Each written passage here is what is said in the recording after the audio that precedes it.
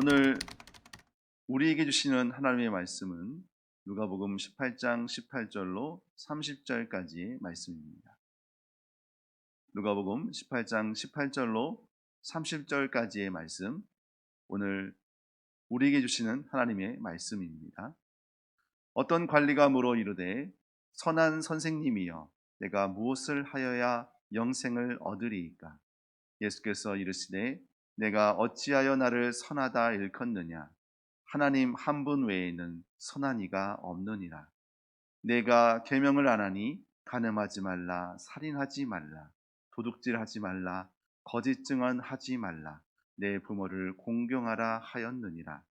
여짜오되 이것은 내가 어려서부터 다 지키었나이다. 예수께서 이 말을 들으시고 이르시되 내게 아직도 한 가지 부족한 것이 있으니 내게 있는 것을 다 팔아 가난한 자들에게 나누어 주라. 그리하면 하늘에서 내게 보화가 있으리라. 그리고 와서 나를 따르라 하시니 그 사람이 큰 부자이므로 이 말씀을 듣고 심히 근심하더라. 예수께서 그를 보시고 이르시되 재물이 있는 자는 하나님의 나라에 들어가기가 얼마나 어려운지, 낙타가 바늘귀에 들어가는 것이 부자가 하나님의 나라에 들어가는 것보다 쉬우니라 하시니, 듣는 자들이 이르되 그런즉 누가 구원을 얻을 수 있나이까? 이르시되 무릇 사람이 할 수 없는 것을 하나님은 하실 수 있느니라. 베드로가 여짜오되 보옵소서, 우리가 우리의 것을 다 버리고 주를 따랐나이다. 이르시되 내가 진실로 너희에게 이르노니 하나님의 나라를 위하여 집이나 아내나 형제나 부모나 자녀를 버린 자는 현세의 여러 배를 받고 내세의 영생을 받지 못할 자가 없느니라 하시니라. 아멘. 오늘 본문에 등장하는 인물들이 있어요. 첫 번째는 이제 어떤 관리라는 한 인물이 있고요.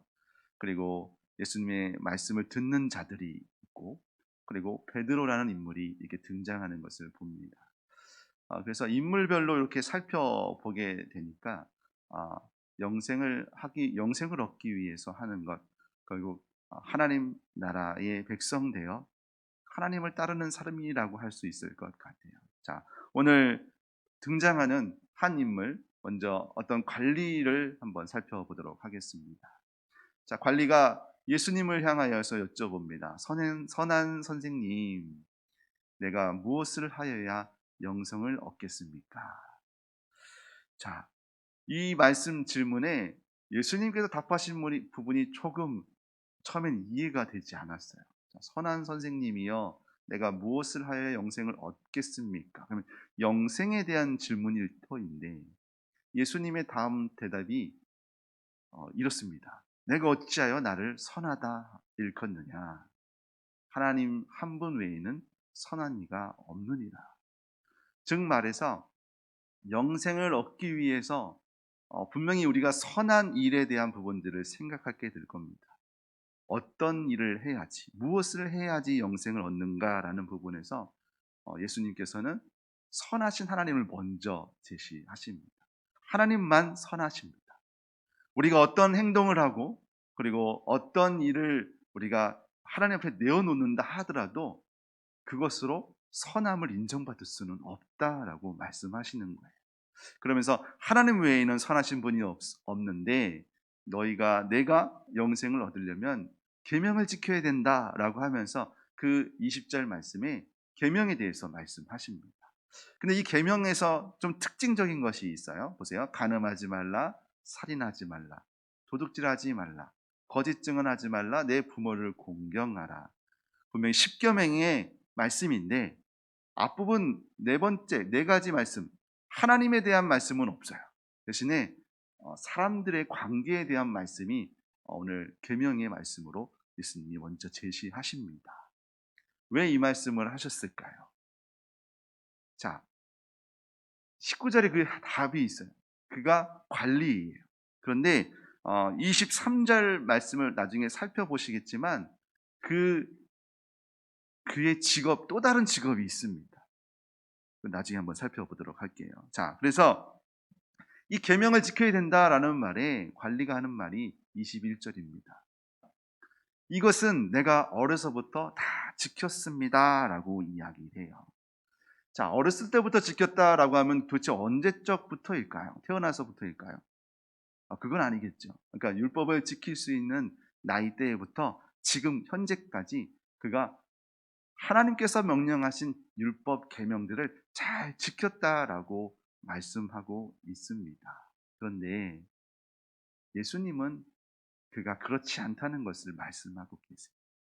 분명히 자기는 선한 일을 했고 그 선함 때문에 자기는 하나님의 나라, 그 영생의 길을 자기는 얻을 것이라 생각했을 것입니다. 무척 당당한 모습으로 나왔는데 22절 말씀에 예수님께서 그의 말을 들으시고 하시는 말씀이 있습니다. 내게 아직도 한 가지 부족한 것이 있다라고 이야기하세요. 여러분, 어떤 일을 했는데 늘 부족하다 부족하다 얘기 들으시면 어떤 마음이 드세요? 좀 반감도 아마 있을 것 같다는 생각이 들고 왜 나한테만 맨날 이렇게 박한 어, 이렇게 평가를 하시지? 라는 그런 생각도 있으실 거예요. 자, 부족한 게 한 가지래요. 뭘까요? 그 뒤에 말씀이 이렇습니다. 내게 있는 것을 다 팔아 가난한 자들에게 나눠주라 라고 이야기합니다. 그 가난한 자들에게 나눠주는 것이 하늘에 내게 부활을 쌓는 일이다 라고 말씀을 하십니다. 자, 궁금하시죠? 어, 내게 있는 모든 것을 팔아라 라고 말씀하시는 것이 아니다라는 것을 여러분이 기억하셔야 돼요. 자, 23절에 아까 제가 말씀드렸던 그 관리의 또 다른 직업이 있습니다. 자, 보세요. 그 사람이 큰 부자였습니다. 자, 한 가지 부족하다고 말씀하셨어요. 그래서 내게 있는 것을 팔아서 가난한 자를 도우라라고 말씀하시는 그 말씀에 그가 큰 부자였으면서 그의 직업이 뭐였다고요? 원래 직업이 관리입니다. 여기서 약간 힌트가 있어요. 뭐냐면 어, 이스라엘 백성에게는 희년이라는 제도가 있는 거 혹시 기억하십니까? 7년에 한 번씩, 그리고 7년에 7년을 곱해지면 이제 50년째 되는, 그러니까 49년 지나서 50년째 되면 희년이라는 제도가 있어요. 그 희년은 무엇이냐면 그동안에 하나님이 유업으로 주신 그 땅들을 지금 궁핍한 상황을 모면하기 위해서 그것을 어떤 이에게 맡겨요. 그리고 그것을 판 가격을 내가 사용해서 그 순간을 모면합니다. 그런데 토지는 하나님께서 늘 말씀하시는 건 무엇이냐면 토지는 내 것이다라고 말씀하세요. 그러니까 그것을 하나님께서는 우리에게 맡기신 거예요. 이스라엘 백성들에게 맡기셨고 그것을 50년 희년 되는 그때에는 다시 원래 주인으로 돌이키게 되어 있습니다. 만약에 관리가 큰 부자가 될 수 있는 여건은 뭐가 있었을까요? 아마도 그가 불법을 행하는 부분, 율법을 행하였다 말하지만 불법을 저질렀다는 것을 우리가 염두에 둘 수 있는 부분입니다. 그래서 예수님께서 관리, 그 부자에게 말한 것은 네가 혹시 특별히 우리가 앞에서 그 20절 말씀의 계명 중에서 도둑질하지 말라라는 계명, 그것을 네가 어기고 있다라는 말씀으로 들을 수도 있습니다. 즉 말해서 그것을 돌이키라. 마치 삭개오가 예수님을 만나고 그의 삶이 변하여서 그가 착복했던, 누구에게 해코지했던 그것들을 되갚는 은혜를 여러분이 기억하실 겁니다.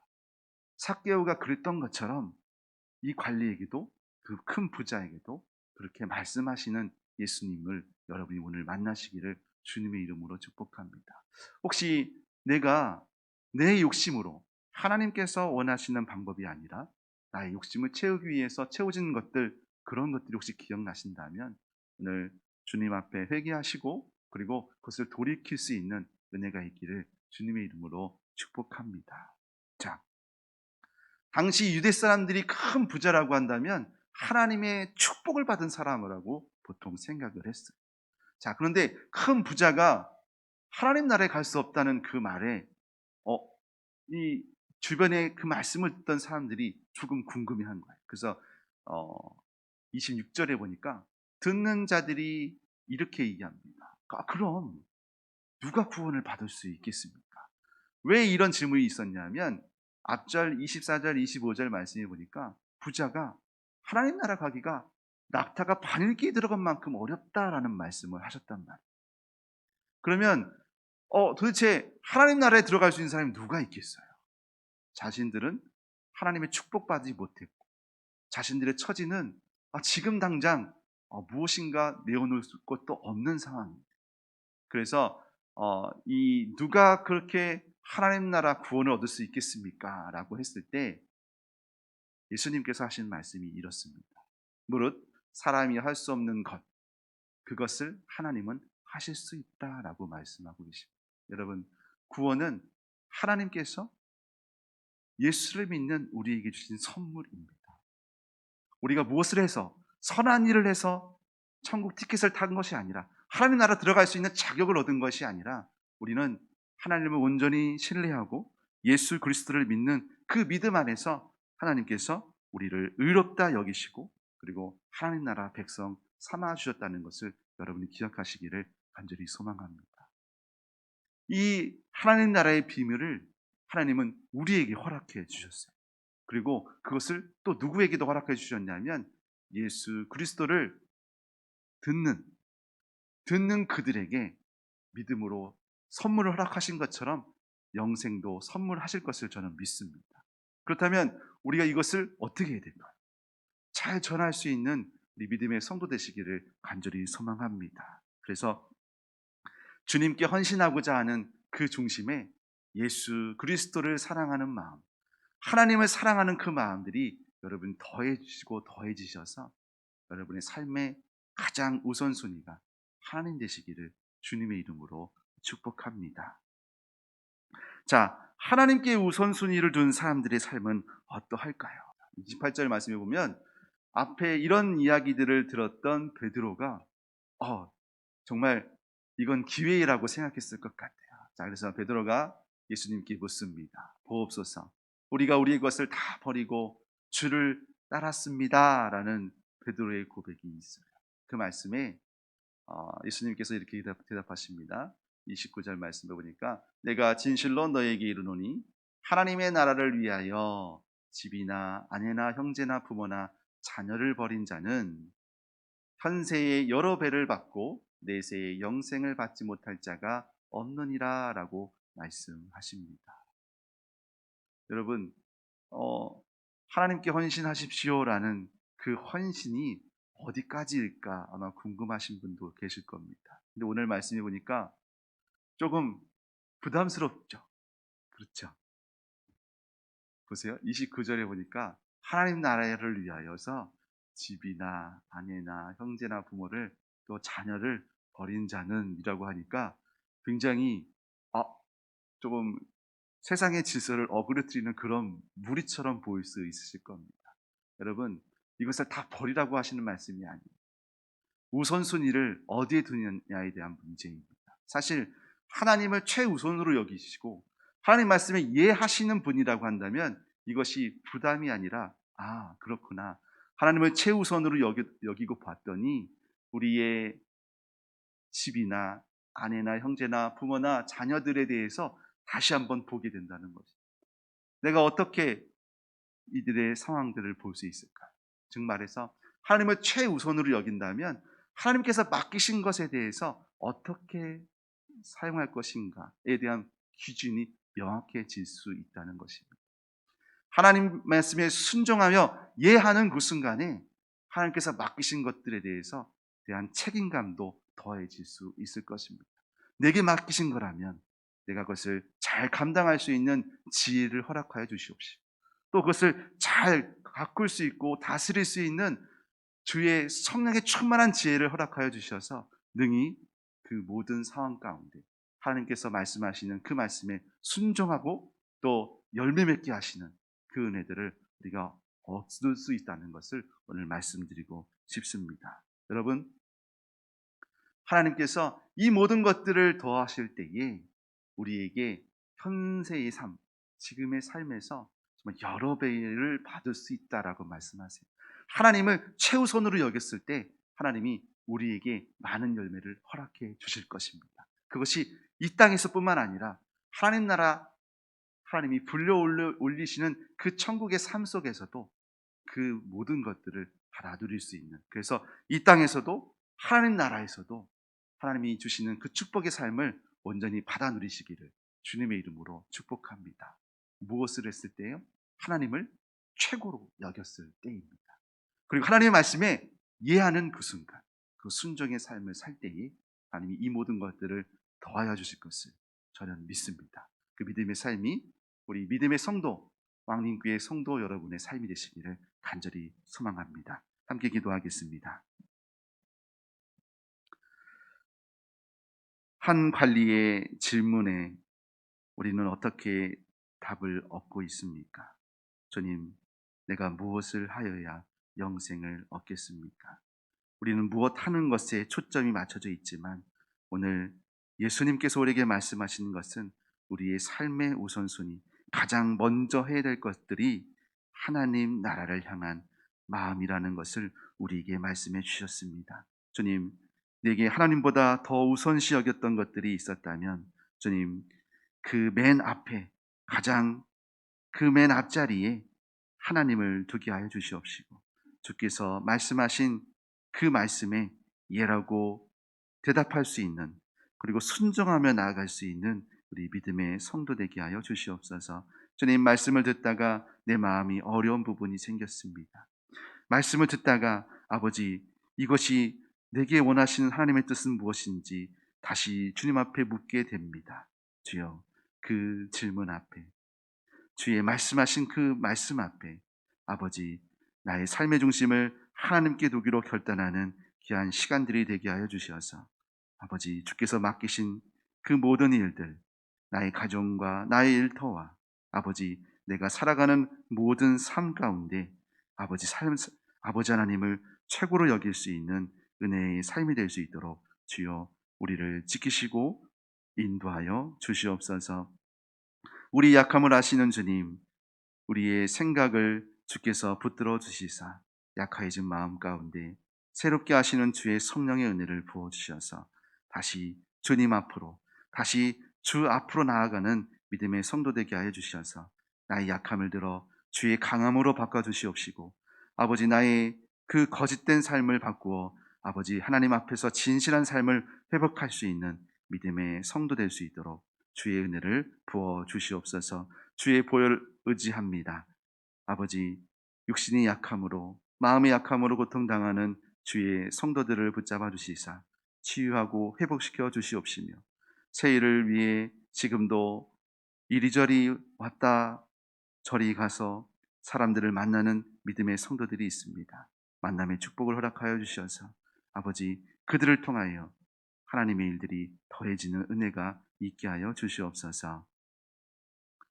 예수 그리스도의 은혜와 하나님의 크신 사랑하심과 성령 하나님의 깨닫게 하심이 주님의 말씀에 예라고 답하며 언제나 하나님 나라를 가장 최선의 것으로 여기는 믿음의 성도들, 그리고 주님 앞에 온전히 헌신하기로 결단하는 주의 백성들 위에, 그들의 가정과 일터 위에 영원토록 함께 하시기를 축원합나이다. 아멘.